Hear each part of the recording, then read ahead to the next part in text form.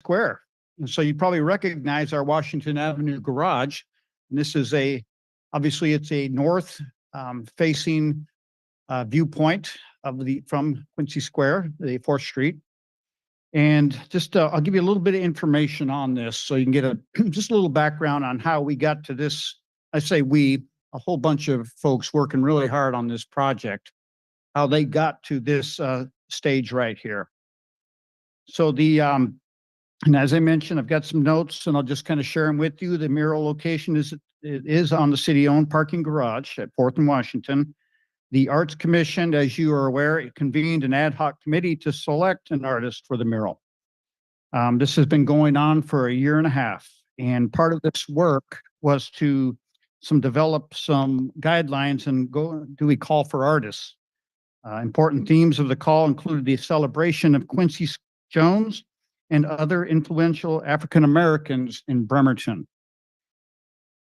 The call to artists was released in 2023. Over 50 artists submitted qualifications, and the committee selected 8 finalists to present concepts for the mural. Cadavian was selected from the finalists and has an extensive resume of public art installations. Staff has begun working on contractual details with the artist. So this image shared is the initial concept for the mural and may change as the project develops. There may be opportunities for public participation in the development of the final design. Next slide, Dave. All right, so this one, I wanted to just kind of share with you just, almost a typical day in the life of a city public servant. So this one just happens to be, what used to be a pretty routine operation of ordering police vehicles, having them delivered, and of course going through an upfitting process is now, with supply chain issues, is not a routine process anymore. So as you can see up here, 12 vehicles were ordered back in 2021, or we received 12 vehicles, police vehicles recently from an order dated all the way back to 2021, and we have an additional 7 vehicles on order. So, hold on just a minute, we're going to change out microphones here. All right, thank you, Dave. So these vehicles, they come with very few of the specialized components, and so it requires an upfit process. And we contract with an agency, as do most other municipalities in the country. And right now, those agencies are overloaded.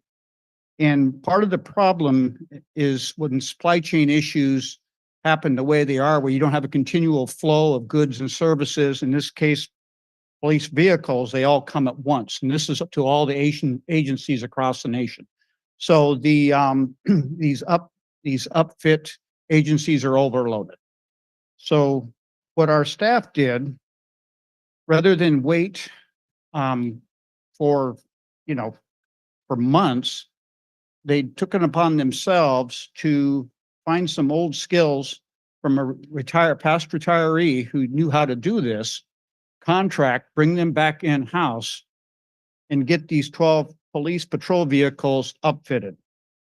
So this is quite an effort. Each one is, I'm going to look at my notes really quick, but each upfit is 55 hours. So it's a substantial amount of skill and effort that goes into this. So again, it's just our staff working together, coming up with solutions to get police cars upfitted so we can get them onto the street and where they belong. Wanted to share that with you. All right, next slide, Dave. Evergreen Rotary Park. This day we have an Arbor Day celebration, and Friday, April 19th, 11 a.m. Come on down. An annual event. And so I do have a proclamation. It's in my office if anybody wants to see it. And that's part of the the process we use to recognize Arbor Day, but also to maintain our Tree City certification. Next slide. All right. And this will be at an upcoming event at our Kitsap History Museum. And our water utility manager, Cammie Applebeck, will be presenting the history of the city's water system. So that, I mean, I know we're a small group that find that very interesting, but many of our citizens do find it very interesting. There's quite a history there, and I'm looking forward to seeing that shared with the public.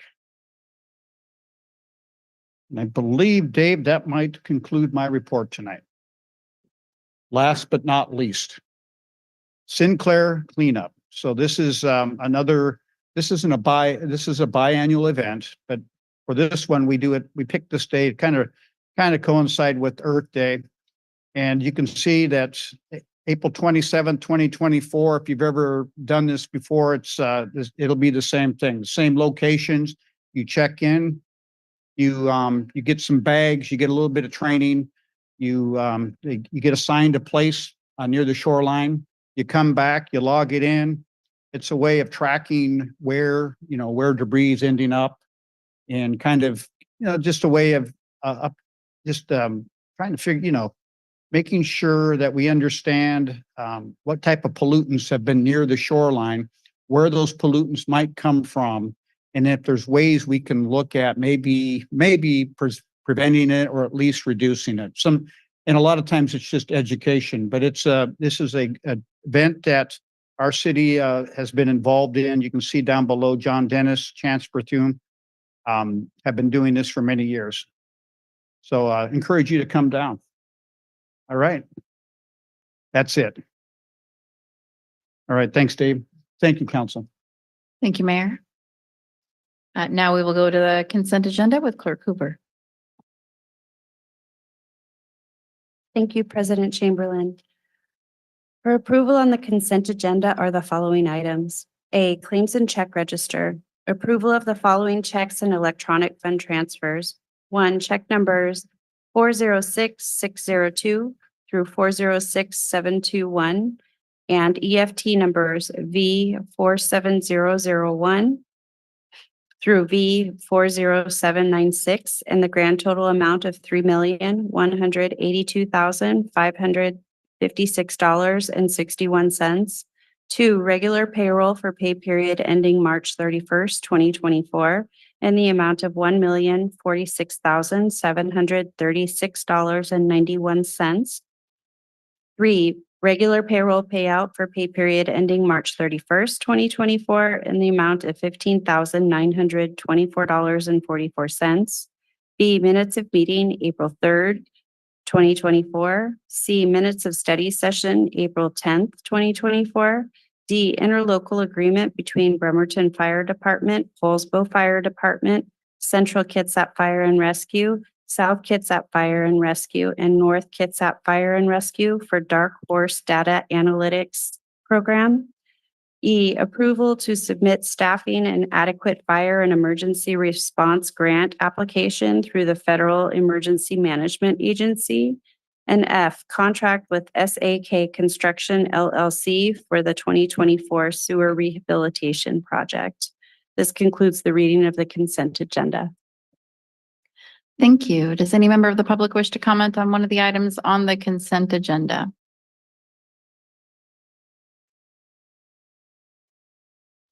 Roy Runyon, Bremerton.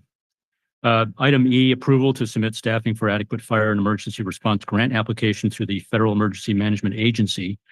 So I assume this is related to some of the other agenda items. The very limited information in the packet indicates that this will help hire 6 fire personnel. I'm assuming for 1 year. I'm assuming it's an annual grant. But once they're hired, if the EMS levy doesn't pass, do we fire them, or do we find other sources, funding sources to support those firefighters? So it is related to some of the other agenda items. I don't know if the fire chief can answer that, but it'd be interesting to hear The other thing, I want to go back to the mayor's report. So for the mural on the parking garage, is that part of the 1% for the arts program? And apologies, that's not an item on the consent agenda. So Oh, you're right. I'll keep it for the general. That's right. thank you, sir. Okay, that's it. Thanks. Does any other member of the public wish to comment on one of the items on the consent agenda? Okay, hearing none, I'll go to council for a motion. I Councilor move Fry. to approve the consent agenda as presented. I second. Okay, we have a motion and a second. Let's go to the vote. Councilmember Fry, Yes. Coughlin, Yes. Robolowski, Yes. Goodnow, Yes. Mochler, Yes. Younger, Yes. Chamberlain. Yes, Motion carries unanimously. thank you. Next up is public recognition. As noted on the agenda, public recognition provides an opportunity for attendees to address the council on any issue not already on tonight's agenda. Do we have our member of the public on Zoom?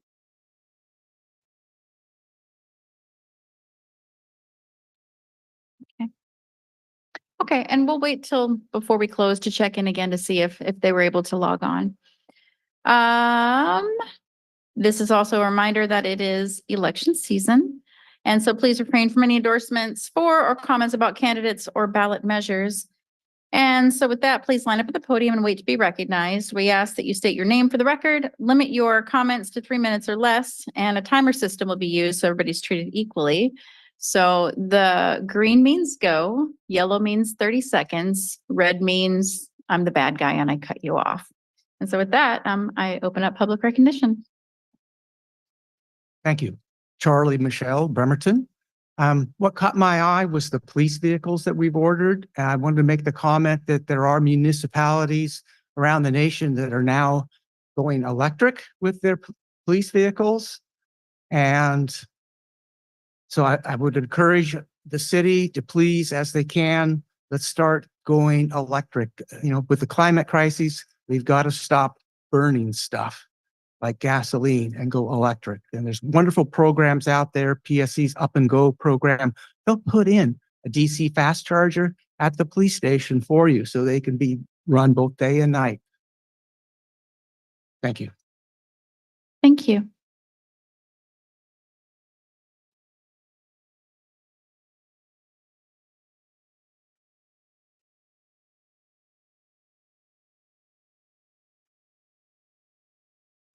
Hi, everyone. My name is Carolyn Stein. I'm the Executive Director for the Washington State Science and Engineering Fair. And I just wanted to give a big shout out to Bremerton because we rocked just about 2 weeks ago, April 5 and 6 at the Bremerton High School. We had the 67th annual Washington State Science and Engineering Fair. Thank you so much to our Mayor Wheeler for being our keynote speaker both days and our welcoming. We really appreciate that. I know that we had some council as judges, and Amaklo, you were there judging. Appreciate that. And I'm just saying that it was a great time. Just so you're aware, our lodging tax is put to good use. We have these awesome little UBS drivers. Of course, they have the International Space Station because that was our theme this year. But everyone went home with that. And on the back, it says Bremerton, Washington. And our buses, I have pictures now is because I do a lot of talking, but now I can show a picture sometimes is worth 1,000 words. And I have pictures of buses lined up with students excited getting off. And you haven't heard anything until you've seen a busload of students come from Yakima that all do the big growl, the bear as they come off. It's a lot of fun. So I want everyone to mark their calendar next year on March 28 and 29, 2025. I can't believe I can say that with a straight face.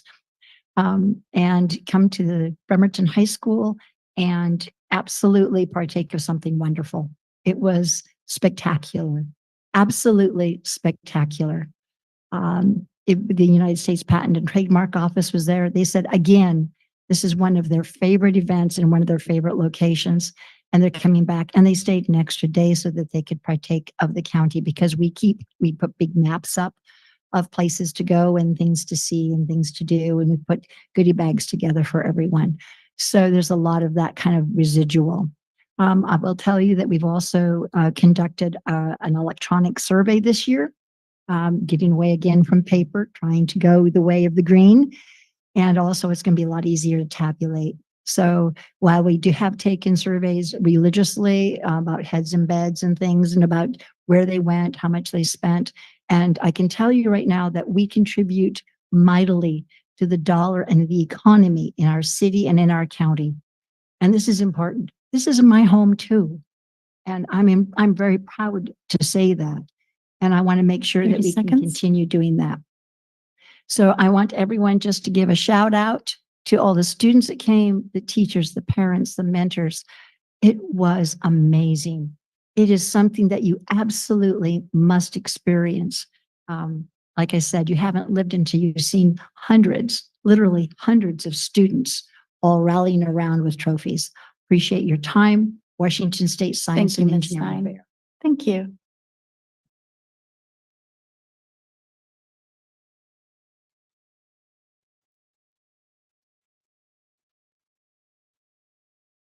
Mary Lou Long, longstanding resident of Bremerton. And I'd like to say that I would hope that the council will stand up and honor our flag, even if they don't say the Pledge of Allegiance, what's in their MO so far. But I'm here once again to try to educate and encourage the city council to appreciate our flag and what it stands for, and to institute it as the opening to our city council meetings, our formal public meetings. With that, if you'd like to stand and join me in the Pledge of Allegiance. I pledge allegiance to the flag of the United States of America and to the republic for which it stands, one nation, under God, indivisible, with liberty and justice for all. I'd also like to read the preamble to our Constitution, which our flag encompasses or represents. We, the people of the United States, in order to form a more perfect union, establish justice, ensure domestic tranquility, provide for the common defense, promote the general welfare, and secure the blessings of liberty to ourselves and our posterity. We do ordain and establish this Constitution for the United States of America. I hope that you can consider those words carefully and see where we stand as a nation today. There are people that are in our streets calling to have death to America. I, for one, believe America is good. I believe America should sustain itself. I do not believe in calling for death to America. I think those people are wrong. I don't necessarily believe it's a good thing for people to say, I will kill you.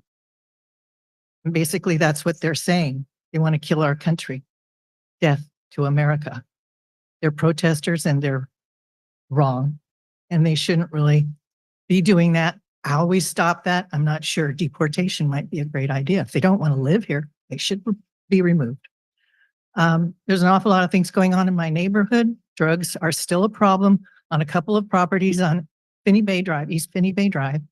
And I see cars coming and going, stopping and making deals at a particular place, which has been notified 30 by seconds. several neighbors in the past. And I believe the police department's kind of watching it, but I think we need to do something about it. The man that owns the property has actually extracted himself from the property and is now probably under the care of a social worker. Thank you. Thank you. Roy Runyon, Bremerton. I want to go back to the mayor's comments regarding Quincy Square and the artist selection. Is the artist a local artist? Is he a Bremerton artist? Is he a Kitsap County artist, a state of Washington artist? Is this part of 1% for the arts, or is there a special part of the budget for art and not subject to 1% for the arts? Be interesting to find out about that, since we have a vibrant artist community here. I want to go back to last council meeting. I did not attend personally, but I attended via Zoom. You passed a resolution approving the city council goals and priorities for 2024-2025. And this is interesting. So at the top of the list, community and employee engagement, support development of diversity, equity, and inclusion position. And we're not sure if we're talking about a manager position or a director position. Think about the budget impact of that and what that money can go for. We're also talking about maybe bringing on firefighters, EMTs. So 125, 150,000 for a DEI manager or director. Boy, that could maybe pay for one, maybe two firefighters with equipment. Or it could patch a lot of streets properly, fix potholes properly. How much value would a DEI manager or director bring to the people of Bremerton and what you're responsible for, which is public safety and maintaining our infrastructure? You know, not massaging your own personal desires. That's not what we're here for. This is not a pet project. At the very bottom of the list, you mentioned transportation and multimodal support. I assume that this is not in order of importance. But at the bottom, you put transportation, multimodal support, increased residential street maintenance funding. Where's that money going to come from? You want to spend money on a DEI manager? And it appears you're less interested in street maintenance funding. So if you don't fund street maintenance, you're not serious about maintaining a city. Pretty clear. Housing equity. How about taxpayer equity? As a property owner, I've been fortunate. I worked hard, we scrimped, we saved, we planned, we did the right things. So where's taxpayer equity? Increasingly, the property owners are bearing the burden of maintaining the city. I want some equity in taxpayer burden. And I challenge you to provide that. Thank you. Thank you.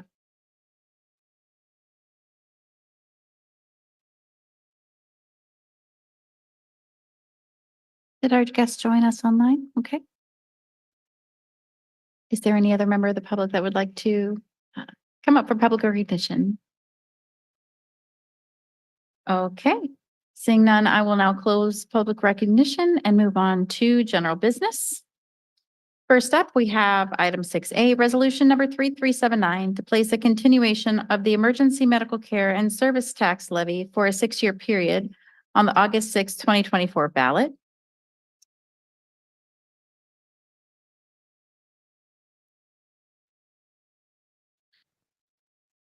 Good evening, council. Thank you for this opportunity. Yes, fire department would like permission to put the EMS levy on the August 6th, 2024 ballot for renewal. This is a 6-year levy that has to be renewed every 6 years to maintain it. Currently, the levy is at 37 cents. We're asking to renew it at 50 cents per thousand, roughly a $39 increase on a $300,000 house. This will help continue our EMS services. This is about $2.2 million of the fire department budget, and it helps sustain our paramedic services. With this levy, we would be able to hire 5 additional firefighters and firefighter paramedics, which will help staff additional units and lower some of our response times and help with our call volume. Any questions? Thank you, Chief McGanny. I slipped into study session mode and I took the thunder away from Clerk Hoover. So apologies for that. Does any member of the public wish to comment on this item?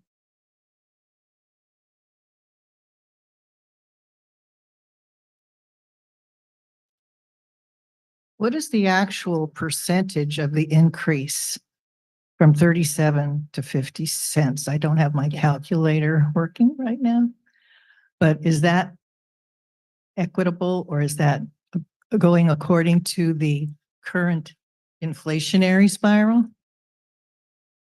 Is it higher or lower? Have you investigated that? Yes, it's nice to have additional EMT service people available, but how many do we have on staff now? And how many do you intend to have? And is this going to vehicles or is this going to medical supplies? And have all of these things gone up that much? I'm not sure. Thank you.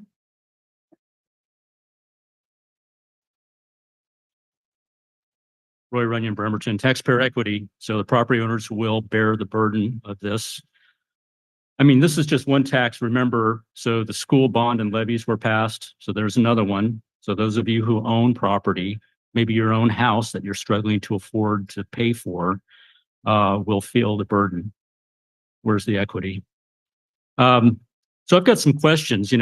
Greg, the mayor, would come up and talk about all the new building permits and all the new construction, all the development happening in Bremerton. And that was supposed to increase our tax base. We were supposed to increase the tax revenue into the city of Bremerton. So I guess the question I have, the finance director is here, maybe he can answer this. So this $2.2 million, I'm assuming that is our current year budgeted revenue from the existing levy, assuming that the rate stays the same at 37 cents per thousand. I'm assuming that. But has all this development actually helped us? And what has been the impact of the multifamily property tax abatement program, which I supported when I was on the council? I know other council members have questioned that and whether or not that is fair. Have we actually benefited from that? Has anybody done an analysis? We have a finance director. Maybe he can answer this. I don't know. So I really questioned this. I would support renewal at 37 cents. Would I support renewal at 50 cents? I'm not sure. I'm going to get my pencil ready to write that statement for the voter pamphlet so people can really think about this and consider this in addition to all the other additional tax increases that the property owners are going to bear.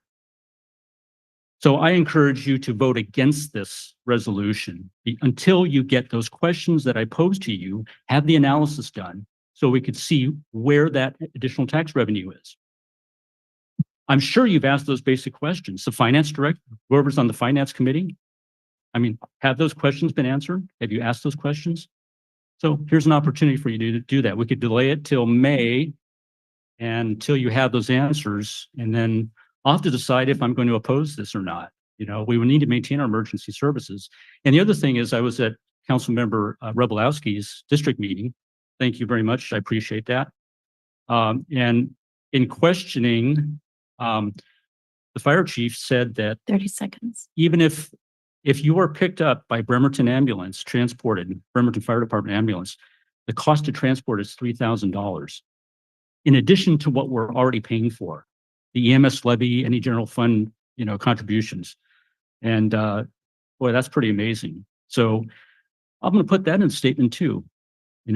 People need to recognize that if this is passed, we're still going to have to pay for being transported by Bremerton Fire Department ambulance. Thank you, Mr. Runyon.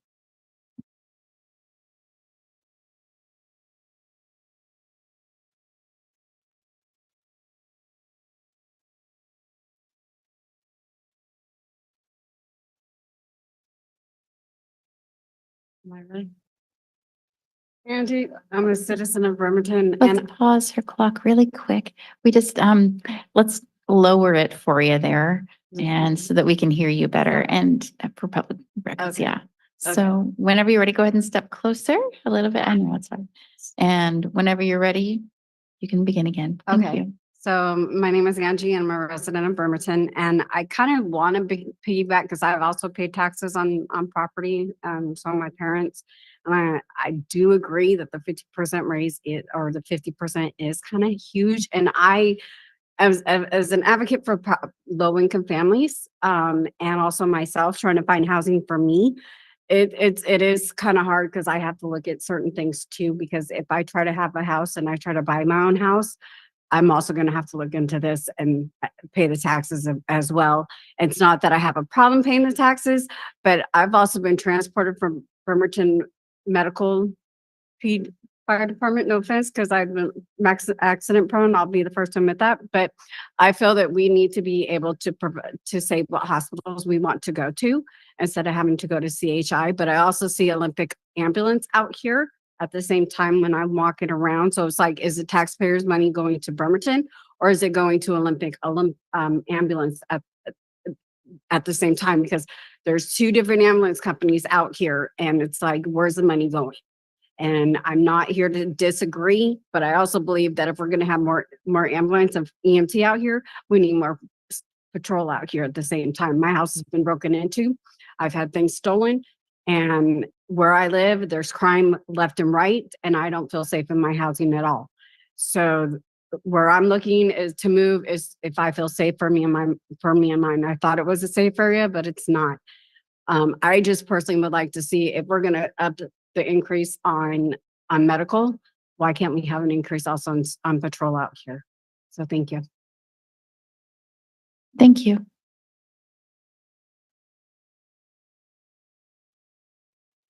Does any other member of the public, do you want to come up? Okay, yeah. Come on up, Chief McGanny. So on this, one thing I would like to clarify is we're renewing it back, asking to renew it back to 50 cents. The original EMS levy was at 50 cents. But because of the assessed evaluation of the city goes up, building, new construction, all that, and the city can only collect 1% more on their property tax plus new construction, but only 1%. So that's where we get our deficit, and that's where we're asking to raise it just back up to 50 cents. So the voters have always voted for it at 50 cents, and we have to renew it every 6 years because that's what the levy is.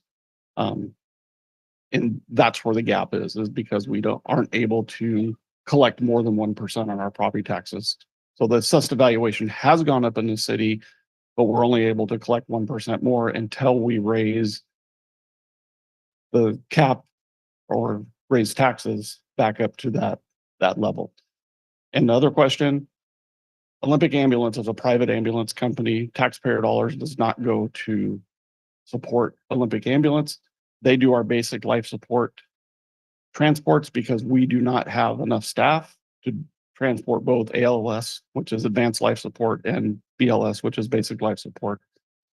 We don't have the staff to do it. They transport about 3,000 people for us, and we would always be gone if that.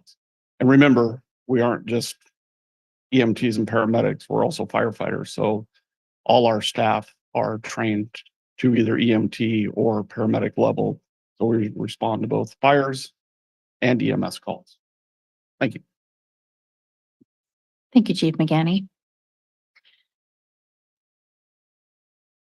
Just pausing to make sure we don't have any other public recognition, public comment on this item. Okay. All right, I'll go ahead and close public comment and go to council for a motion. Councilor Fry. As Chair of the Public Safety Committee, I move that we approve resolution number 3379 to place a continuation of the emergency medical care and service tax levy for a 6-year period on the August 6th, 2024 ballot. Is there a second? I second. Thank you. Okay, we have a motion and a second. So, council, let's discuss. Councilor Fry. I'd like to take the opportunity to point out that council has been aware of a shortage in our emergency services for a while, and we're trying in any way we can to bolster those, to build those, to strengthen those. It's particularly important because we are growing, our population is growing. And we're very concerned that we be able to supply the public with adequate public safety services.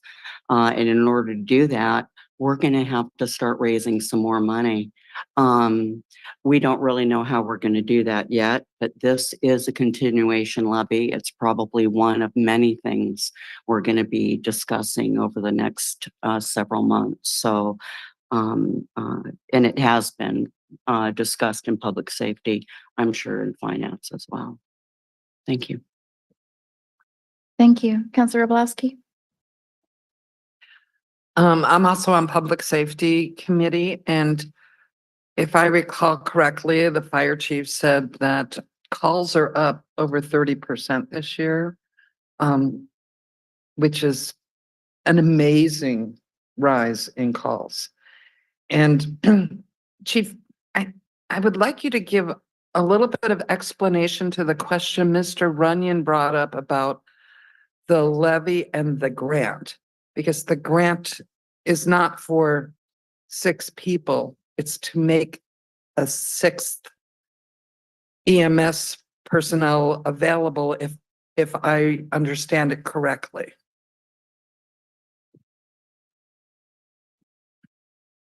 Yes, you are correct. If we were to get the SAFER grant, it would allow us to have long-term sustainable funding for us and one more additional person. We've had some discussions. Otherwise, if we get the grant, it is a 3-year grant. It's not a 1-year grant. And the grant is fully funded. And this is the first year that they've actually fully funded it. We used to have to, over the 3-year period, we'd cover 25% the first year, 25% the second year, and then we would have to cover 35% the following year. So this is 100% of those 6 people.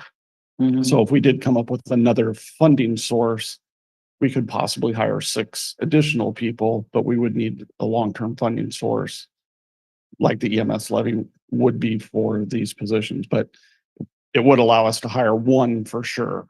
Okay, thank you for but- that clarification. Thank you. I want to make sure everybody understood that.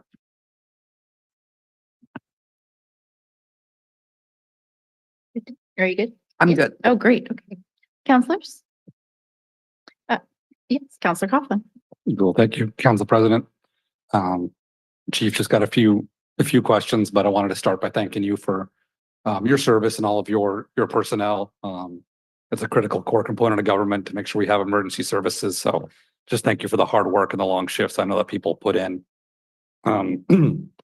So yeah, piggybacking on the demand, I know demand is way up due to many factors that we have in our city and our state and our nation at the moment. I wanted to talk about the levy though, as I know it can be used not only for personnel, but also equipment if needed. And so talk to me about the equipment in the fire department. Do you have all shiny new, brand new trucks at the moment, and you're feeling good that you don't need to buy anything for 20 years? Well, so the EMS levy supports the EMS portion of our budget, which is personnel, equipment, and everything that goes along with that. We currently just took possession of 2 brand new medic units. That you'll see on the streets here probably in 2 to 3 weeks. Those are part of the ER&R fund. Our fire trucks were purchased in 2018. Those were purchased on a bond. That bond will run out they'll be paid for in 2025, and then we'll have to start that. So the EMS levy is not going to pay for fire trucks. The EMS levy needs to be used for emergency medical services, but it does pay for equipment, can be used for ambulances and things like that. But our ambulances are part of the ER&R fund, which they're on about a 4-year replacement, 4 to 5 years. So, But I'm guessing there's much needed equipment that our first responders still need, right? Yeah. I mean, tell me about some of the needs in the department. Increase in medical supplies is astronomical. Not to get too technical, but we have a piece of equipment that we drill into your leg to start an IV if we can't get an IV. It's called an IO, interosseous IV, goes into your bone. For 5 of those is over $600. And we use 2 to 3 a week. So it has gotten a bag of saline used to be 37 cents, and it's over $2 or $3 just for an IV bag. Just like everything else, costs are increasing. Our budget hasn't, for supplies, we've tried to keep it as within reach as we can. We're not going crazy with what we're asking for, but we do use a lot of supplies. We're going to probably be over 11,000 calls this year. That's a lot for this fire department, for 14 people that are on duty. Yeah, it's massive. And it's my understanding too, that with our current personnel level, there's one unit that can't be fully staffed at the moment, but if we can get this passed, we'll be able to. Correct. About 3 years ago, council supported 3 personnel. It wasn't enough to staff another unit full time. So we're staffing what we call a day car from 8 a.m. till 6 p.m. Monday through Thursday. And that has helped alleviate some of the problem. But yes, if we can get this EMS levy passed with the 5 people, it should staff that unit full time. Excellent. That's great news. And thank you, Chief. I just see every day how desperately it's needed. So and I do want to respect the folks who have a concern about increasing property tax. I think one of the toughest things to get head around property tax is that if the price of your house happens to double, the amount of property tax you're paying does not double. It is based on the budgetary need of the county and then the total assessed valuation of all the houses in the county. And we're limited by state constitution to no more than 1% a year. So if you paid, say, $1,000 in property taxes one year, you're not going to pay more than $1,000 and $10 on top of that the following year. So that was a much discussion in the legislature, depending on certain circumstances. But so that was a topic of discussion in the legislature this year of increasing that cap, and it didn't get increased. So yeah, so I just want to make sure folks are aware of that. Our costs are going up more than 1% a year. Yeah, cities in general have struggled where we basically cannot raise more than 1% a year in total costs without certain special circumstances. And so it is a struggle with inflation as it's been to keep up with those costs as a city and as a county. So but anyway, thank you, Chief, for the information. That's all I got. Vice President Mochler. Thanks, Council President. Thank you, Chief. Chief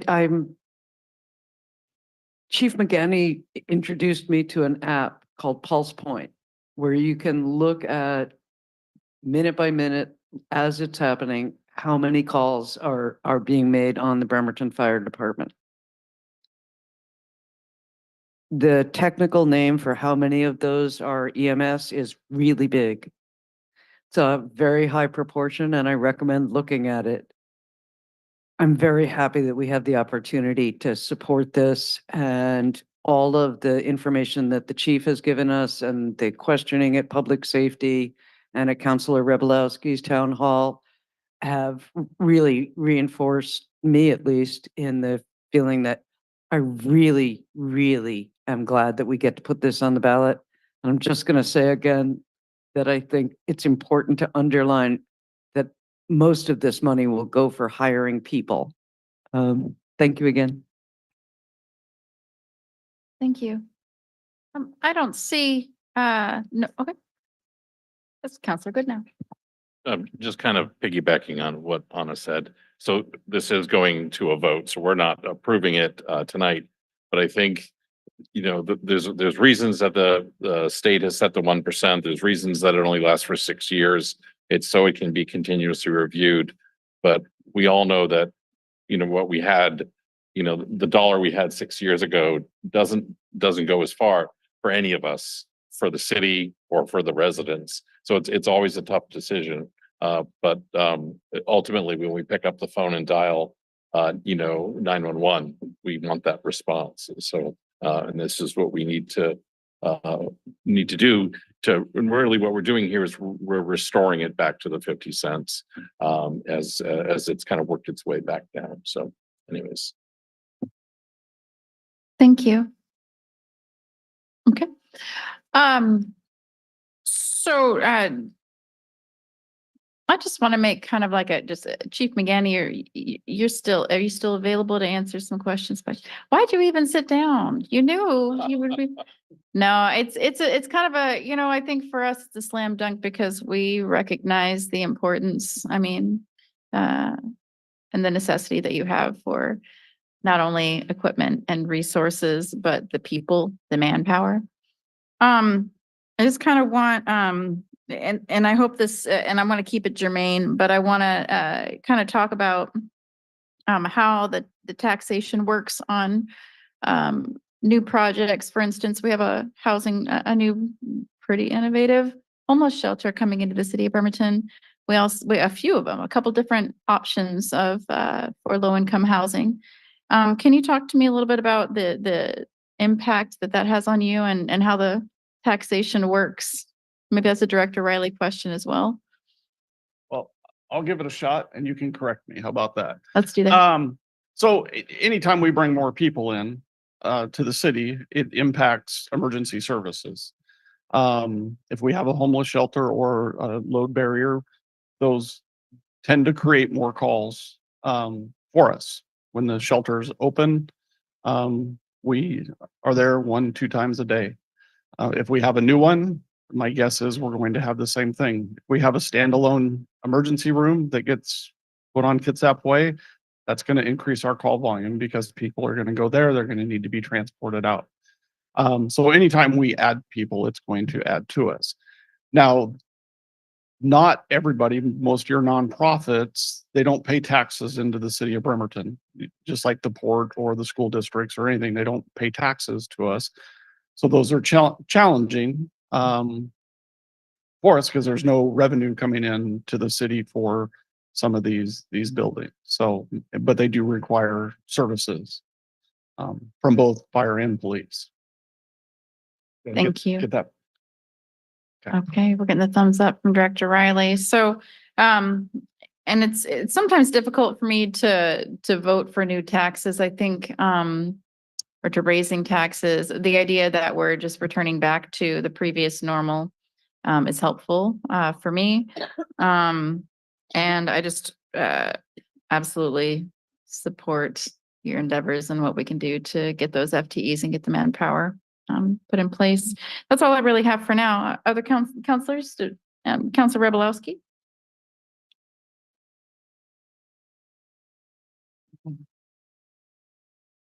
Well, this isn't a question for you.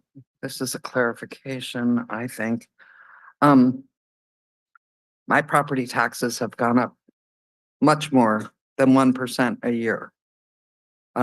The value of my house, even though I didn't do anything to it, has more than doubled in the past 5 years. So I am paying more. But I think taxes are the price we pay to live in a civilized society. And I certainly don't have a problem with some of the nonprofits who are helping a wide variety of people to not pay taxes. So I expect that I have to contribute more. But I don't want my property taxes have gone up way more than 1%. That's what I'm trying to say. And I think most people who are paying taxes in the city are. We have a setup right now for developers where, you know, I think one of them is going to start paying taxes next year. So hopefully soon we'll start increasing the tax base with that. And hopefully that helps you. But I fully, you know, I want you to put this on. I think 50 cents is fair. I'll pay it and good luck to you. Thanks. Thank you. Counselor Coughlin? Thank you. Just a quick one. I think it might be worth a deep dive at some point on county property tax because it can get quite complicated how it's all distributed. Well, just last question for you, Chief, was can you describe the impact? We've been talking about if this goes on the ballot and if it passes, being able to hire a couple extra additional folks that are sorely needed. But can you tell me the impact that if we don't put this on the ballot, or if we put it on and it doesn't pass, the impact that would have to your staffing? So we're running it a year early.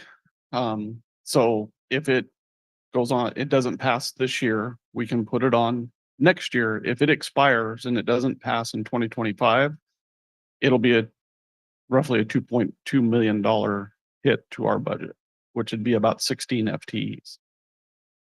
What does that mean in terms of ability to provide service to folks? Well, it would, I mean, depending on how between you and the mayor, what services, but it would definitely affect our ability to provide advanced life support like we do now.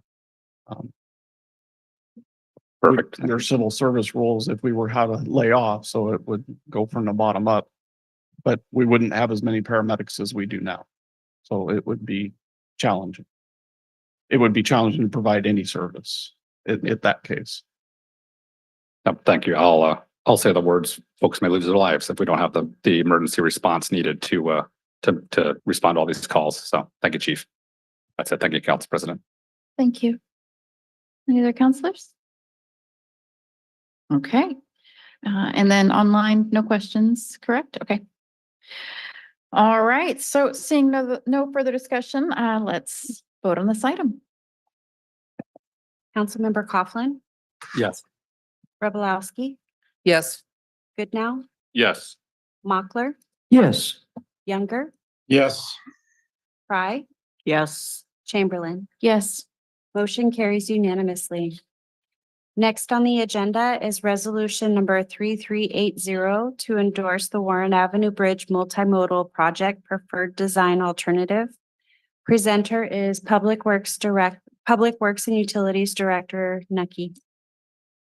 Good evening, council. We've had a lot of discussion about this, but I want to just do a real brief recap. Last August, council adopted Alternative X, a 12-foot shared use pathway on one side of the bridge, 8 foot on the other. A couple months after that, WashDOT did a field test, provided that information to our consultant. They took that information, updated a memo, identified updated costs and feasibility of alternatives. And from that information, we found that Alternative X exceeded the budget. And so we have an alternative that council considered last Wednesday and has identified as a new preferred alternative. It's within budget. The construction cost is actually $2.5 million under budget. And the resolution that's being considered by council for adoption tonight would select the alternative 7, which is 12-foot shared use path on one side, 5 foot on the other, as the new preferred alternative. There's also some language in that resolution that identifies that any available excess funding from construction would be expended on immediate off-bridge improvements to improve connections of the shared use pathways on the bridge to the existing network. I'm happy to answer any questions. Thank you. Does any member of the public wish to comment on this item?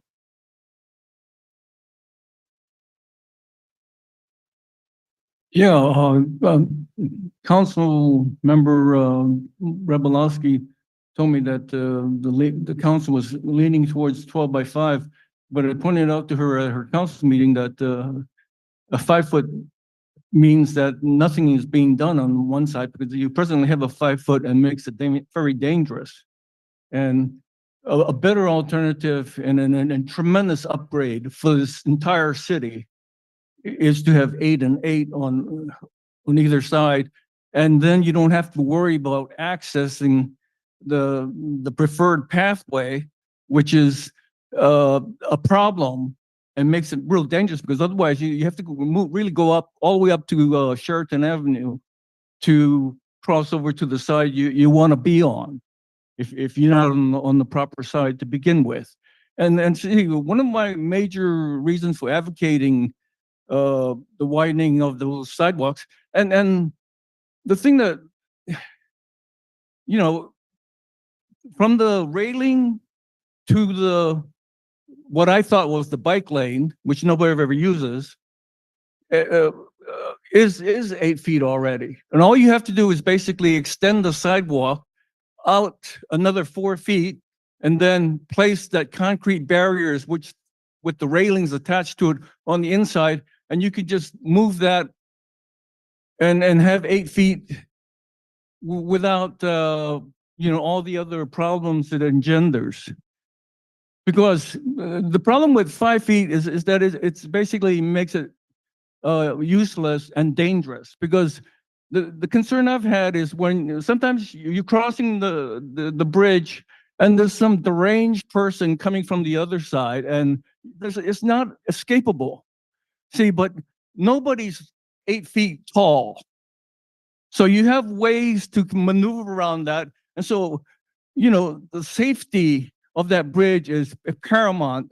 so that it can be used by pedestrians and bicyclists instead of it being, I mean, somebody has moved the concrete blocks so that the entry points of the bridge is only 3 feet, 6 inches. So they're deliberately making all that space, which is very plentiful, useless for people. And you're making the bridge very dangerous and moving all the traffic on one side, then you have, you only have 6 feet and 6 feet. But the beauty of having wide enough roads on either pathways on either side is that people can travel with the traffic. There's nothing worse and more Thank you. intimidating and dangerous than looking Sir, cars coming Sir. eye to eye. I'm sorry, your time is up. My mic doesn't seem to, is it working now? Okay, all right. Thank you so much, sir. Thank What you. was your name for public record? Mike who? Mike who? Thank you so much, sir. Sorry for yelling, everybody. I couldn't tell if my mic was working. Oh, there we go, back up and running. Thank Me you. or the mic? You're good to go too. You're up and running quite well, man. Yes, Mary Lou Long, longtime resident. I think that wasn't the original recommendation 8 feet and 8 feet on either side. I think balance might be important for the structure of the bridge and balancing weight. I'm not sure if that's a problem, putting too much weight on one side. An extended area might be a problem. Architects and bridge makers would be able to tell you. But I think 8 and 8 makes a lot of sense. There was also the possibility of putting little cutouts at the midpoints for viewing and also more ease of passing. If you look at an 8-foot wide span, you can put a motorized wheelchair on one side and a bicycle or a pedestrian on the other side, and they're not going to touch each other. Now, if the bicyclist isn't a good bicyclist or wants to get off the bicycle and be courteous when he's passing somebody on a motor scooter, whatever, that would be a good thing to do. But I think that the 8-foot and 8-foot for balance sake and construction on bridge would be a better idea. I don't know what you think about it, but that's my perspective. And I know that we would love to have a Rolls Royce or a Cadillac, but we have a beer budget. And I don't think we are realistic if we're going to go 12 feet on one side. I just don't think that's realistic. I think what we can do is 8 feet and 8 feet. Thank you. Thank you. Roy Runyon, Bremerton. Well, I think this started about 5 years ago, something like that. And I was in the initial meeting that Public Works held to discuss this, get some input. And I suggested immediately that, hey, yeah, we can cantilever sidewalks. The response from Public Works was, oh my gosh, the live load's on the bridge. As if we collapse the bridge by cantilevering sidewalks on the bridge. And what are the designs? They're all cantilevered, of course. The non-engineer. I do support the 8x8. I think it makes more sense. There used to be a gentleman who lived in the downtown area who had a scooter. He was a disabled gentleman, and he would occasionally go across the bridge. And actually, there's another man with a wheelchair, a powered wheelchair, and he would occasionally go across the Warren Avenue Bridge. 5 feet is not passable, folks. 5 feet is not passable. If he's stuck on that side and someone on a bike or a mother with a crutch, that is a problem. 8 and 8 is balanced. It allows for plenty of room.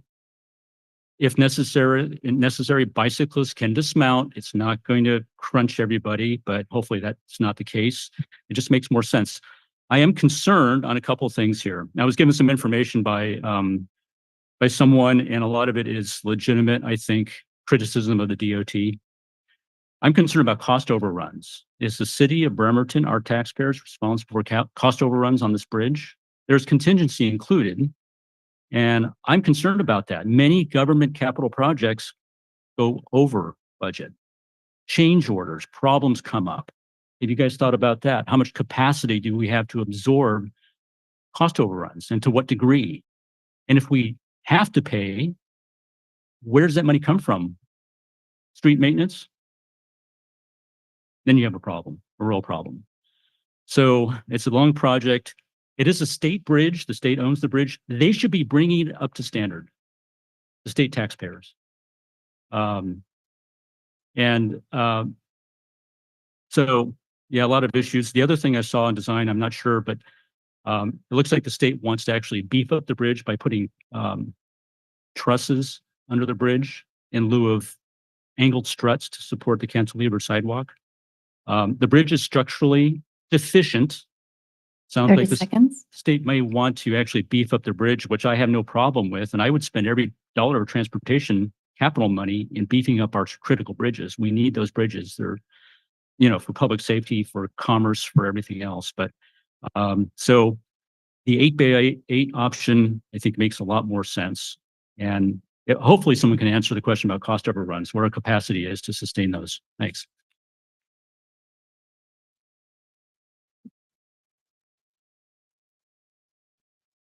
Thanks. A couple of questions and comments that came up that I'd like to address. So the question of 5 feet being unsafe came up. So the minimum width, ADA accessible width for the walkway on the bridge is 5 feet. And so the alternative 7 with the 12-foot by 5-foot has been evaluated by WashDOT. It's fully ADA accessible on both sides. It's minimum on the one side, granted, but it is fully ADA accessible on both sides. They've specifically accepted that configuration and you're right, it is their bridge. The question came up, is there an issue with balance, weight? Is there a structural concern? So we underwent with our consultant and bridge consultants and coordination with WashDOT bridge consultants, a feasibility analysis, and they evaluated the structural feasibility specifically of a variety of alternatives, and the 12 by 5 alternative is absolutely feasible. It's been confirmed through the preliminary design. The question came up about cost overrun concerns.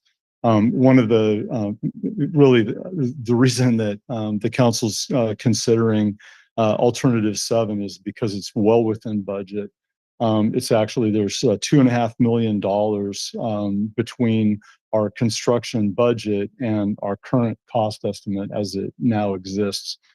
Granted, through design, we'll understand the full cost of the improvements much better. And we'll have, a year from now, we'll have a better understanding of what the cost of the bridge might be. We'll actually understand the cost very well when we bid the project here in a couple of years. But the city would be responsible for cost overruns associated with this project because it is our project, even though it is WashDOT's bridge.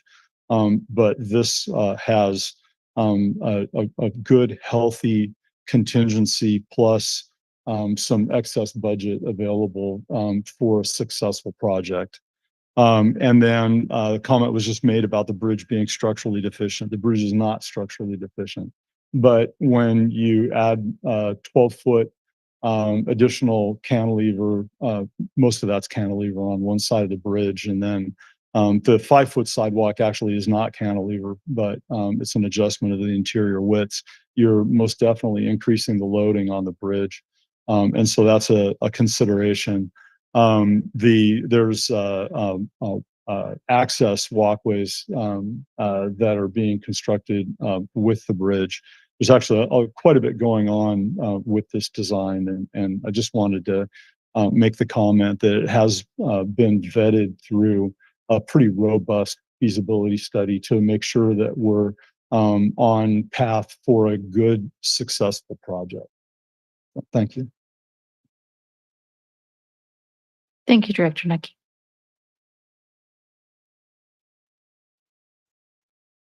This is for tall people tonight. I'm Diane Iverson, resident of Bremerton and a former member of the Warren Avenue Bridge Stakeholders Committee, which started in March of 2021. Thank you, Council, for your support of a 12-foot path on the east side of the Warren Avenue Bridge. You understand the safety issues for walkers, for cyclists, and people who use wheelchairs. You have fought the good fight against WashDOT's mandate of 8x8 sidewalk improvements because the community weighed in and said in their survey, nothing less than 12 feet should be built. Sacrificing the safety of some of us is not a wise investment. That is what WashDOT's 8x8 mandate would have done. Thank you also goes to the community for the incredible support for advancing safer streets for all of us. This bridge design will put Bremerton on the map as a more livable city that encourages all of us to walk, bike, and roll. I also want to thank Councilmember Jeff Coughlin, who served with me on the Warren Avenue Bridge Stakeholders Committee. He led the way on bringing to council all viable options so that the council and the community could be part of the final decision. The next year will be an important one in Warren Avenue Bridge design process. With council's leadership, I hope it is an improvement over what has occurred during the last 3 years. In your packet, you received an email from former Public Works Director Chal Martin, who was involved in the 2016 Warren Avenue Bridge design process. For the record, I support Mr. Martin's recommendation concerning slowing traffic with narrower lanes and removing the center barrier. A livable city promotes walking, biking, and rolling. You do that best by designing roads to meet our needs. Slowing traffic on the Warren Avenue Bridge cannot be achieved by enforcement, but by bridge design. Mr. Martin's recommendations is based on research and common sense. 3 years ago, we at West Sound Cycling Club invited staff and elected officials on a bike ride from Bremerton Ferry Terminal to Seattle Coleman Dock, which was the easy part, to Mercer Island, Bellevue, Medina, and to the University District, and back to Coleman Dock. The bike ride itself is absolutely beautiful, but even more important is what you learn along the way. Contact us if you too would like to join us in this Lake Washington Two Bridges loop 30 on a bike. seconds. The bike ride is predominantly a shared use path. We cycle at a slow speed and stop frequently to talk about what we see, what we feel, and what we learn. We already have some takers. We hope all of you can join us at some time in the future. Again, thank you for supporting 12 Foot on the east side of the Warren Avenue Bridge. Thank you, Ms. Iverson.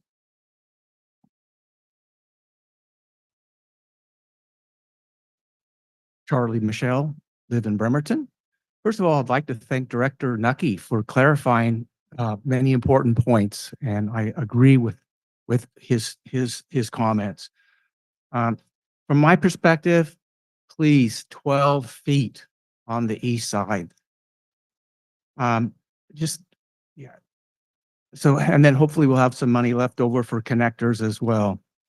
Having ridden the route that Diane Iverson was just describing, and you're going downhill on a shared use path, you quickly realize how something like 8 feet just doesn't feel comfortable.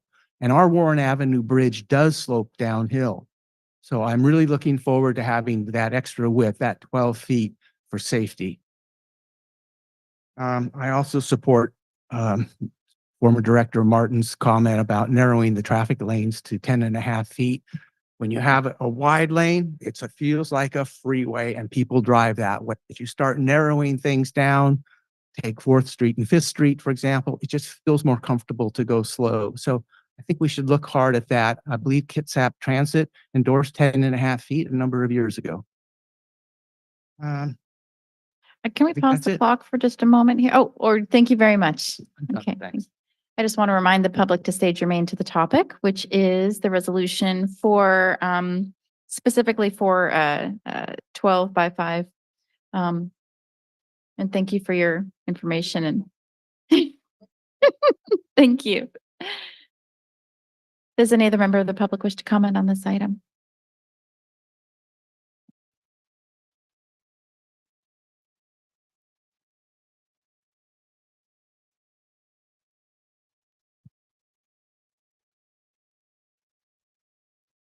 I am I'm Angie, and I'm not from Bremerton, but I'm a resident of Bremerton right now. I just want to say that I had to figure out which was the Warren Avenue Bridge and which one was another bridge because I'm learning them. But I have walked the Warren Avenue Bridge, and that is really scary for me just to walk it. And I've heard of, and I want to look at it as an EMT side. If somebody's going to commit, please don't think I'm crazy right now, but if somebody's going to sit here and possibly have a threat of suicide, what is the likelihood of, if we're going to expand it, can we also expand wide and up? I'm not saying it's doable. I'm not saying, but I've noted, I have heard of people jumping off bridges like we all have, or attempted. But I just want to say that I know that I have tried to walk that, and I like my bubble.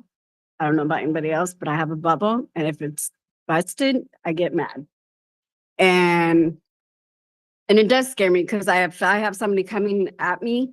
I don't know. And as somebody who's been assaulted, I don't know if I have to pull up and protect myself. I've got nowhere to go except for over the bridge. That's probably not going to happen, but it could. Not saying it would, but I'm just saying that if we're able to expand, which would be grateful if it is in Washington Bridge, I don't know, but I'm from the city of Tacoma, and I've noticed the Narrows Bridge is doable and walkable to go across, and it would be nice to see a bridge really accessible for everybody. I mean, I have ridden a scooter across that bridge. It was fun, but it was scary at the same time because I was minimal size small. And then at the same time walking it, I'm going to self-disclose something, but I have been suicidal at one point. And it's been tempted, but please don't use this against me right now. But those are the thought process of, I'm telling myself, don't do this.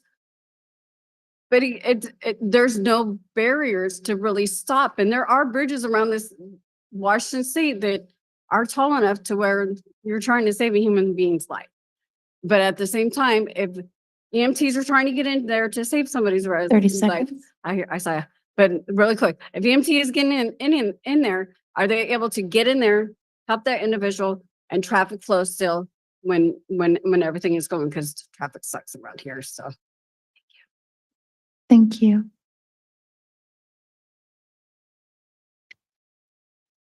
Nothing online. Okay. Any other member of the public wish to comment on this item? Okay, seeing none, I will go to council for a motion. Let me think here. Oh, Counselor Coughlin. Thanks, Council President. I move to adopt resolution number 3380, endorsing the City of Bremerton Warren Avenue Bridge multimodal project preferred design alternative. I second.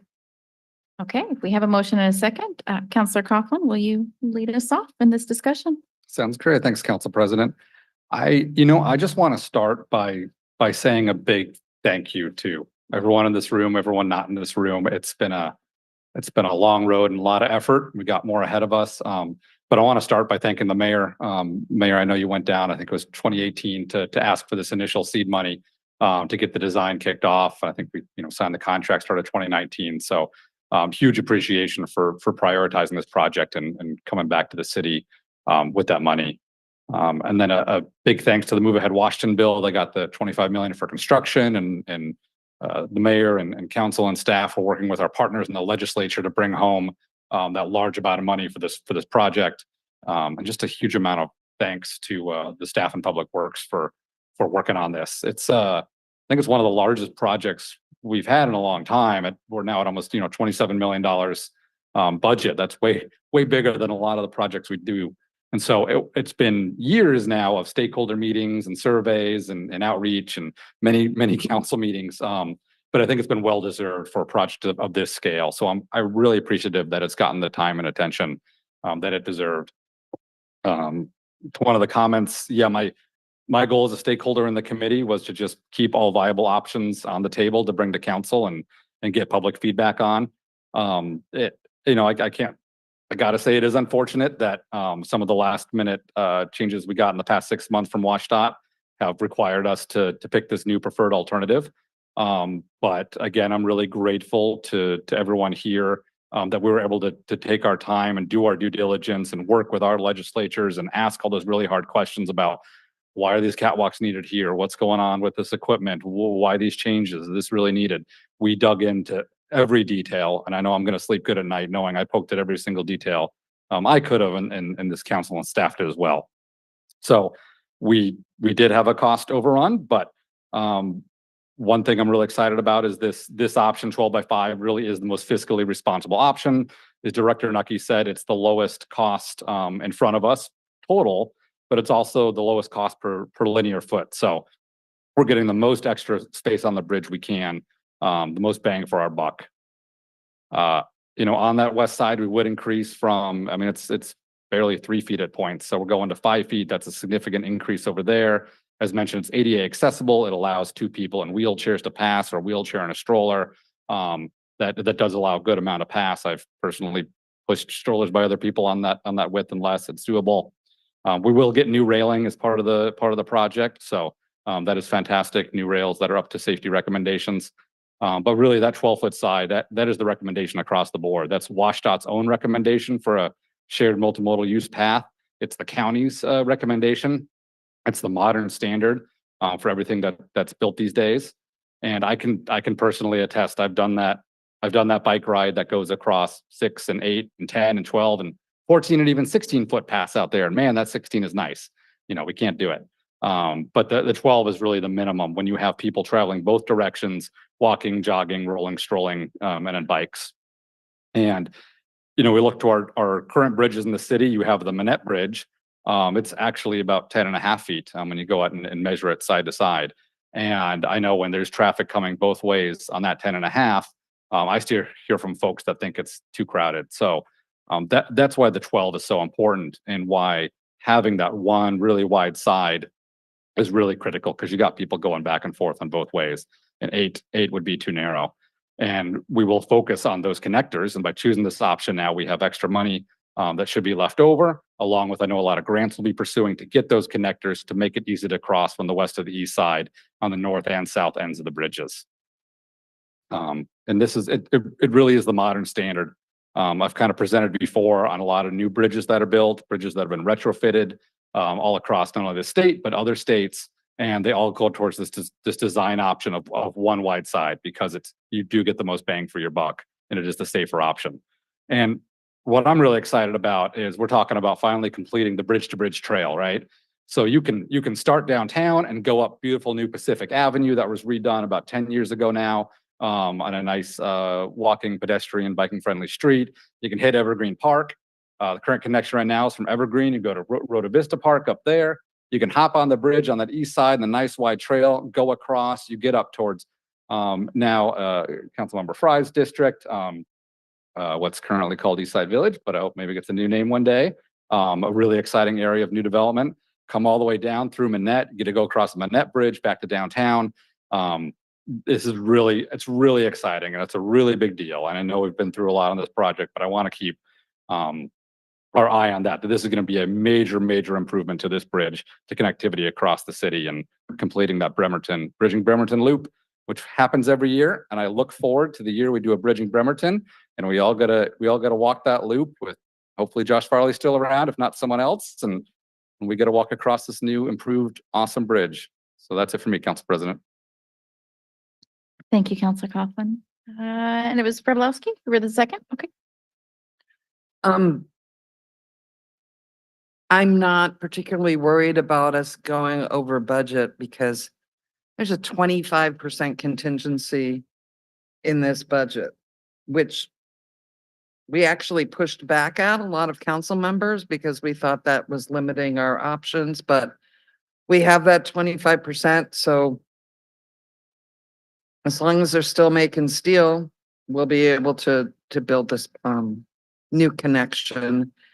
And I look forward to, even though my constituents live on the west side of the bridge, I walk over that bridge on occasion, least once a month. And it's going to be a huge difference going from 3.5 feet to 5. I mean, it doesn't sound like it on paper, but it's going to make a big, huge difference. So, and when I'm on my bike, I'll be on the east side. So I support the 12 and 5. Thanks. Counselor Goodnow. So we talked a little bit, I just want to address some of the 8 and 8 folks in the room. Because we pretty looked at it last week, I guess. Was it last week? What's making this budget work is that there's the 12-foot cantilever side, and I think the 12-foot side is really important. The 5-foot kind of concerned me as, can we do any more? But the 5-foot side, the west side of the bridge, is actually coming into the lanes, like some folks had suggested, that to make it wider. So it's gonna come into the bridge towards the center. So there's no cantilever, there's no structures being added onto the bridge. So that's what brings the cost down in a way that we can do the 12-foot side. So I really do think this is the best alternative. The community really advocated strongly for the 12-foot side. And I think that the 5-foot is the best solution to make all that happen. So thanks. Vice President Mochler. Thanks, Council President. So from the time that Councilor Coughlin and I were accidentally permitted to attend a stakeholder meeting in March 2022, I have been following this bridge assiduously and participating in almost every discussion. I'm so appreciative of Councilor Coughlin's contribution. It's extensive. And I could talk for a long time and really not say anything more than it's extensive. I'm glad we are doing this. I'm glad we're getting the 12-foot. I'm glad we're going to be thinking about everybody in Bremerton by having the 12-foot width. And at this point, I'm quite ready to vote on it. Thank you, Vice President Mochler. Counselor Fry. I'd like to talk positively about this from a little bit different perspective. One of the things that I say a lot, and people remind me that I say it a lot, is trust the process. And this has been an arduous process. There's been a lot of back and forth. There's been a lot of clarification. There really has been, I think, some paradigm shifts. I mean, we weren't hearing the term multimodal a lot. And it's now being heard a lot as we're talking about the comp plan and the transportation plan within that. There's going to be an active transportation plan within the transportation plan. All these things have come because of the community. And it's our job to listen to the community, certainly weigh the options. This has been kind of counterintuitive because you do think, I was one that I'm a Libra. I kind of like balance, and yet I was convinced by the cycling community, who are, by the way, the experts in riding a bike across a bridge. It's those focus groups that WashDOT and others go to learn about impacts to the cycling community and others. And so I pay attention a lot. And when there's an advocacy group that has done as good of a job as West Sound Cycling around this bridge, Councilmember Coughlin, I've told you before how much I am appreciative of the deep dives that you have done, not only in this issue, but a lot of different ones. This one, though, was off the charts. There's no doubt in my mind we would not have had 12 without Jeff Coughlin and the West Sound Cycling Club. And my hat's off. I feel like celebrating with this. I can't wait. I want to see a mock-up. I want to see, when do we get the picture of what the bridge is going to look like from all sides? Because I think we need to start building excitement in the community now that the big fight is over. And I love our relationships. I mean, I think this has really built relationship between our public works staff, our community, and our council. It wasn't easy, but I think it really strengthened it. And that's important to me, those relationships. So thank you, Director Nucky. Thank you, Ned and Shane and everybody else at Public Works who really bled with this project. And hopefully that'll stop. And I can't wait. I'm really excited. Go 12. Go 12. Yeah. All right. Counselor Younger. Counselor Younger, do you have any comments to make on this? He's saying no. All right. So that just leaves me, right? Everybody's talked. This and I'll try to keep it short. I think we all know where we're going with this, but we all got to say our piece, It's been we've got a lot invested in this. A lot of heart and soul, a lot of time, a lot of anger and disagreements amongst each other, a lot of frustrations with staff, with WashDOT, with community members, of us too. And so there's just been a lot of heart has gone into this. And I'm excited that something is being resolved today and that we're moving towards a shared positive path, right? I was thinking back just now, remembering the first time I rode a bike on the bridge with the 3-foot side. And I would have been about 18, 19, which was just about 5 years ago. And maybe a little longer than 5 years ago. But I had this old bike with rusted gears, and it was nighttime. I moved out here the week of my 18th birthday, moved back out here.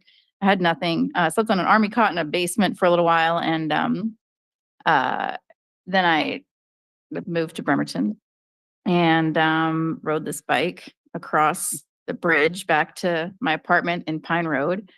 And it was nighttime and it fell apart. And I just remember thinking how scary the whole situation was to be riding this bike, and it fell apart, and I was on this very narrow pathway. And I'm really excited that we are bringing something beautiful and just vibrant to our community, because Bremerton deserves nice things. And for all the other lower income folks that have to travel the bridge, it's not just about bringing beauty and vibrancy to our city. It's also about bringing safer solutions to the folks that have to use the bridge for function and not just for recreation. And I'm so excited for it. And I wish that, the younger me that was pushing this stroller across the bridge when my car got stolen and I didn't have any other option but to travel across the bridge, I wish I would have had a safe path to travel on.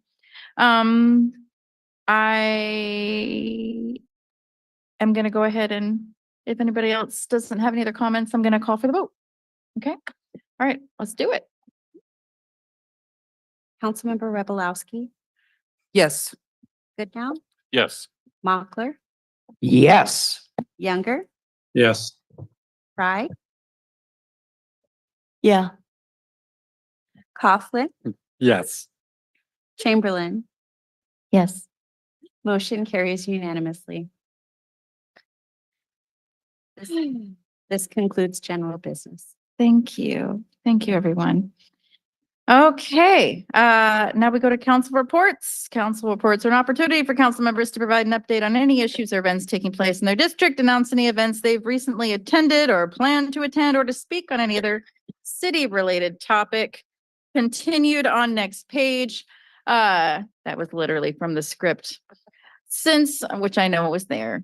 Since this is the last council meeting of the month, we'll start with Counselor Younger. District 7, Yeah, no report, thank you. no report. Okay, Council Vice President Anna Mockler, District 6. Oh, boy. Oh, she's gonna time herself.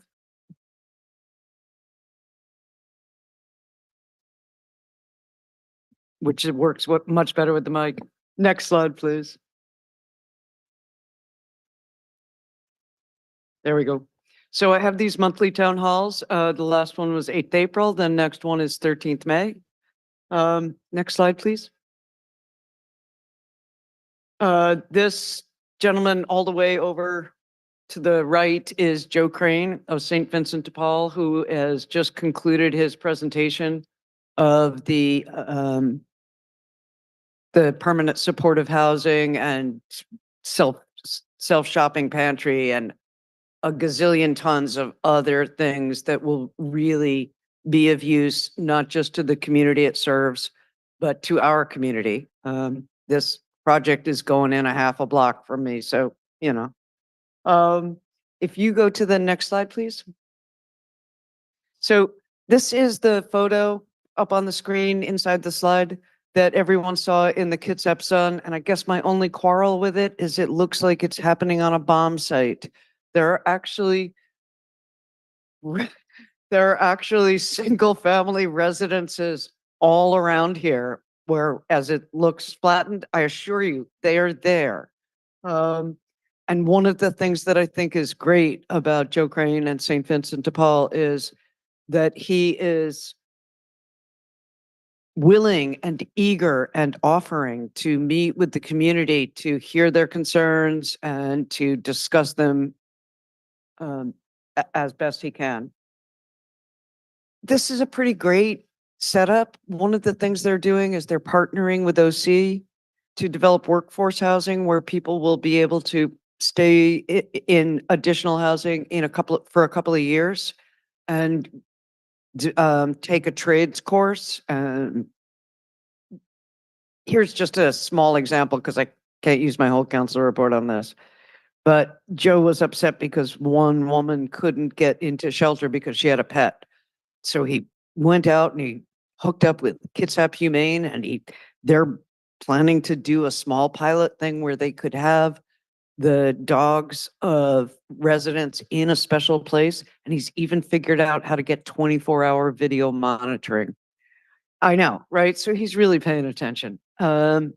He will be presenting at Councilor Revelowski's town hall next month. Is that correct?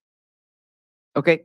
And that's the first Thursday of the month, 5 to 6:30, Bremerton High School. All right. Enough advertising for Jane. Yeah. Snyder Avenue. I am very happy to announce that Snyder Avenue will be getting sidewalks from 15th to 19th. They'll be on one side only, but they're getting them. Yes. Yeah, that's it for the slides, please, Dave. Sorry. Thank you. So the science fair was truly enormously huge fun. It was just a wonderful thing to see kids from so many different backgrounds, not only excited about science, but excited about how science can help us achieve social justice. So, you know, two of the things that I love best were perfectly intersecting. And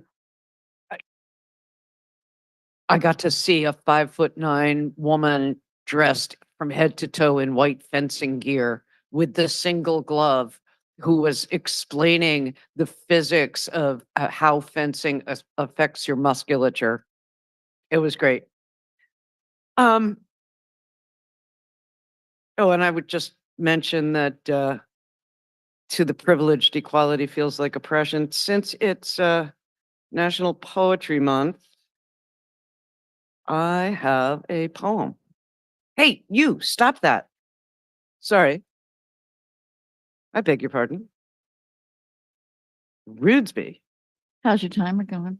I have 4 minutes and 30 seconds, and I'm going to. I grant you additional time for poetry. Okay. Well, there we go.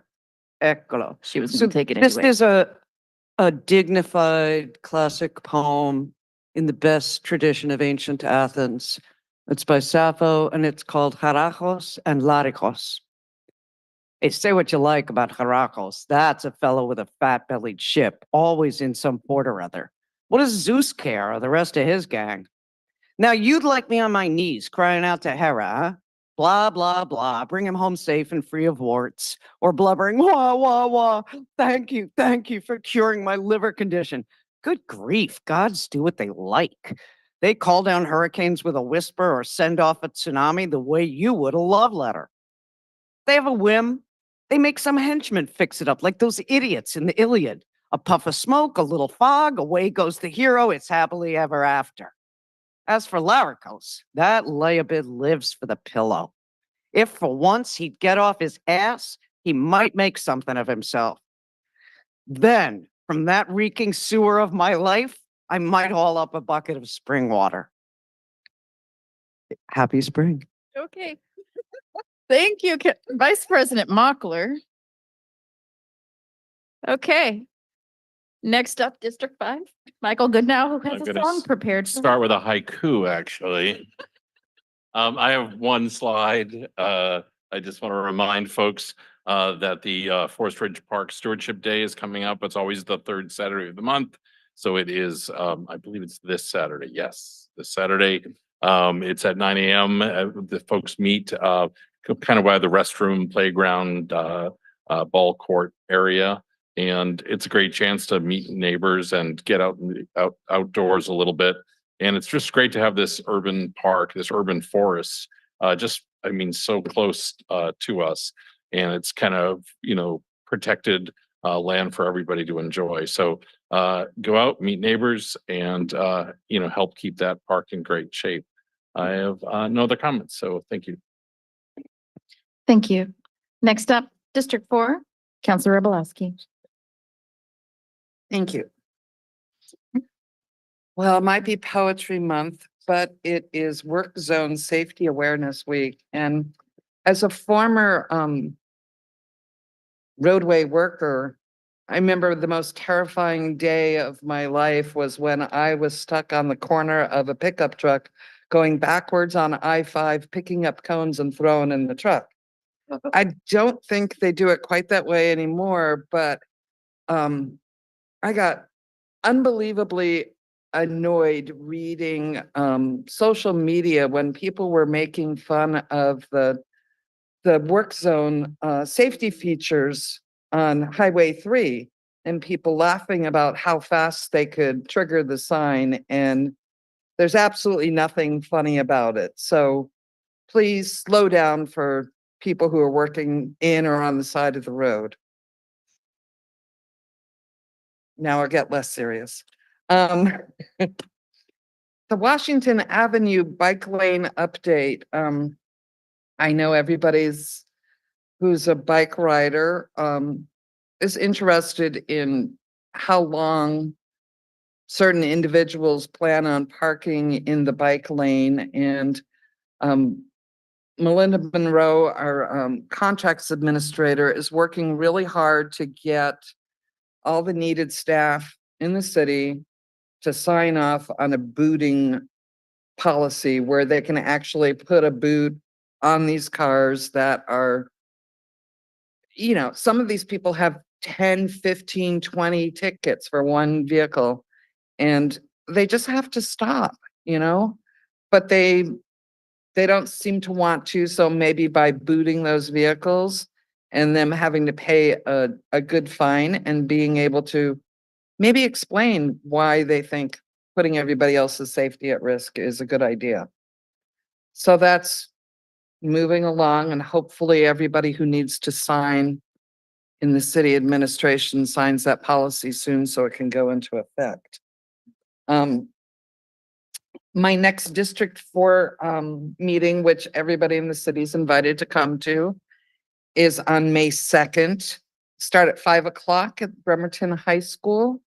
And Joe Crane has agreed to come and present his new community campus for St. Vincent de Paul, which is going to have so many great features in it.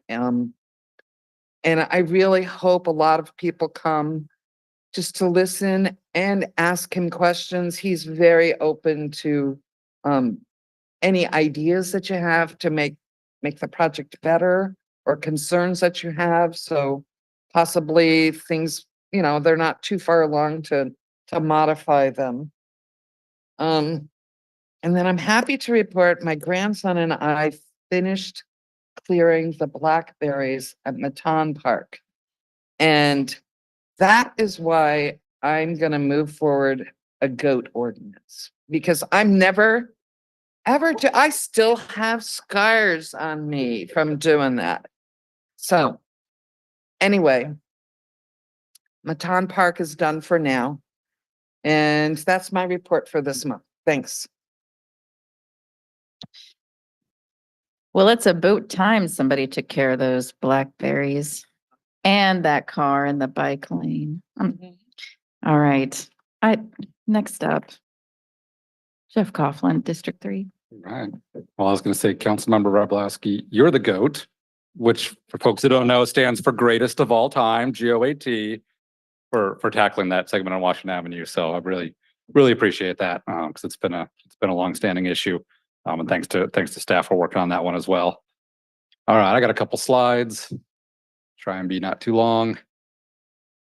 Just standing slide to continue to encourage folks to go to bremertonwa.gov/228. It'll get you to the sign up to volunteer on committees and commissions, and just continuing to appreciate all the citizen input and both at council meetings and in these hardworking commissions. So thank y'all. Next slide, some vacation photos. You're gonna ask why vacation photos. Went to Austin for the eclipse, which was great. And while I was there, couldn't help but geek out on a couple things I noticed. Yeah, Bremerton and Austin are two very different cities, but I just wanted to highlight how neat this one area of Austin was, where you would walk down the street and there were some tall new high rises, probably 5 or 6 buildings under construction, tall ones.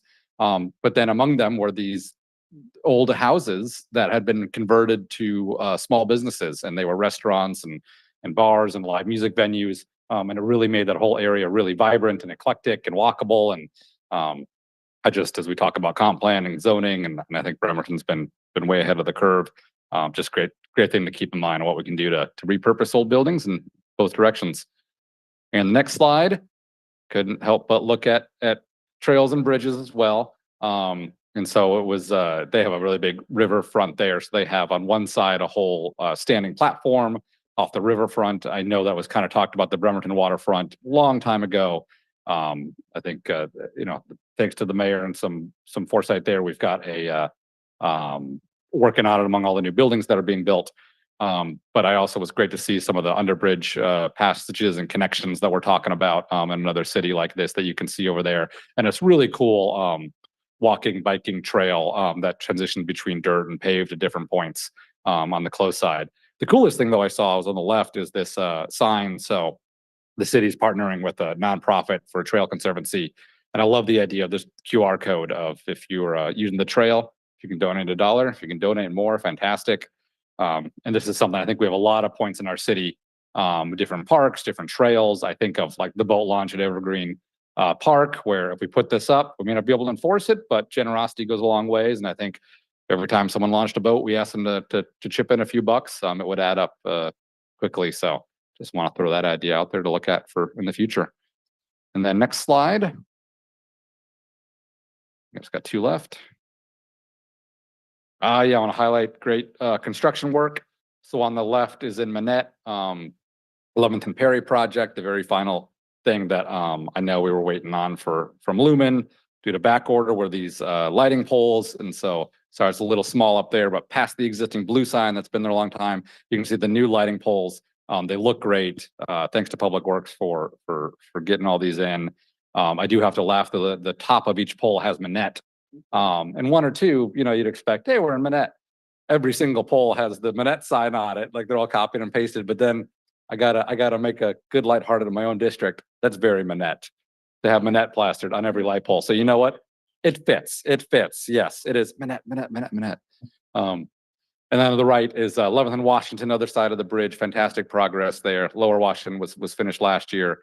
We'll have the roundabout coming up in June. And in the meantime, this other side, talk about extra wide sidewalks, great connection from the Manette Bridge, going all the way over to Pacific. So excited to see the progress on that. And final slide is, I'm sure I might be jumping the gun one meeting on this. Well, first I want to highlight Evergreen Rotary Park. This was a grant we got last year to do some much needed improvements to fix a lot of worn out turf that occurred, some divots, some unsafe conditions. So I know it's closed for a couple of days as folks are hard at work on that, making that all refreshed. So that's fantastic. But we'll talk about it next meeting, but I know Director Elevado with Parks has announced his retirement after I believe it was 43 years in the park system. So just want to recognize his longstanding work and our fantastic park system in the city, and his just my thanks to him for his dedication. And that's it for my report. Thank you. Next up, Councilor Fry, District 2. Yeah, I have a few slides.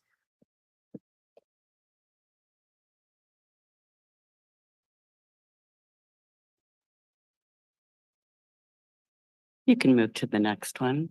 Well, everybody that's anybody was at Grocery Outlet for the grand opening. Let me tell you, East Bremerton hasn't had so much excitement in a long time. There were balloons, the mayor was there, and I ran into tons of people. So congratulations to the Tennysons, local Manette family, owned and operated Grocery Outlet, each one of their franchises. And so anyway, it was the who's who, definitely at Grocery Outlet. You know, you're in Bremerton when that makes the highlight reel. Moving on. Actually was a lot of fun. Y'all know that I live over on Halverson, and there happens to be a bus stop in front of my house. It's not a formal stop, but the school buses all stop there, and the worker driver bus stops there. And I was out in the front doing some yard work because it's been so nice. And I noticed this mom and 3 younger kids walking down 33rd down to the corner at Halverson. And I thought, oh, well, maybe they're here for the school bus. But I thought, no, because I know the school buses. When you're retired, you know when all the school buses come and go. It's great to see the kids getting on and off. And I make sure to check in to see if they're okay, if they've not been there for a while. I'm turning into one of those. But this woman and her kids came down, and then this worker driver bus came in. And while I stood there, it was so cool. This woman with her little baby here and 2 little ones on the sidewalk. Dad was coming home from work, and Dad came out of that bus, wasn't even down the stairs, and that baby just wanted Dad so much. And I was witnessing such a moment of Bremerton. That is Bremerton. We work, we make things, and we ride public transportation when it's convenient. And I'm proud to live in a place like that. So I'm never going to forget that scene. Never in my life am I going to forget that scene. Those are the people I work for. Okay, moving on. And then this morning, I noticed that there are detour signs on Halverson. It's a happening place to be. And so I go down in my sweatshirt and my jeans, and I met Josh and Justin. Really neat guys, really proud of the work that they're doing. Those are city workers doing the city's work, and they're working hard. And so we slam, folks are complaining about our sidewalks and our streets. And I just wanted to tell you, there's a little slice that's getting better up there in District 2. So let's go to the next slide. There are those detour signs. Okay, next slide. Sidewalk is closed, but look, we've got a new stretch of sidewalk that was replaced. And then just opposite that, keep going. That's what was happening today. They're actually doing what is called an underfill. Never heard of it before in my life, but Public Works is full of terms like that. I'm learning so much being on the committee. I have so much appreciation for the hard work going out there on our streets. And I is what that was that the last one, Dave? I'm not sure. Must be. So with that, I just want to say thank you to the city, to the staff, all of you, whether you work inside or outside. We appreciate you. And to that family that met that bus this week, I see you. Thank you. Okay, I guess that's me. I've got some slides. One of them apparently has my name on it. Okay, so 1958 to 1972. Though I originally saw this on Superintendent Crawford's page, social media page, but then it's on Reddit, Josh Farley picture, right? And so 10 cents a toll, right? And so I don't know if you guys got the news, but WashDOT has agreed to pay for the U-bit, but they're reinstituting tolls on the bridge. So to pay for it. I'm sorry about that. Am I 2 weeks too late? Oh, yeah. Every day is April 1st for me because I'm such a fool. But next slide, please. It was really nice to see these slides. There's a whole collection of them. But okay, so I was very excited because we had this live performance. And I said, I'm going to go see Titanic. And I finally had a day that was free, a Sunday that was free. I had I let my friend know. I said, hey, I've got this Sunday off and let's go see the Titanic. And she looked, and it was a couple weeks beforehand, and this was on April 14th. And she says, oh my gosh, there's only like 5 tickets left. I said, oh, snag us a couple tickets. And we show up, and it's a full house at the Bremerton Community Theater. And to see the Titanic, the musical, and I'm like, wow, this is great. It's a full house. And then I hear at the beginning of the performance that it's the 112th anniversary of the sinking of the Titanic.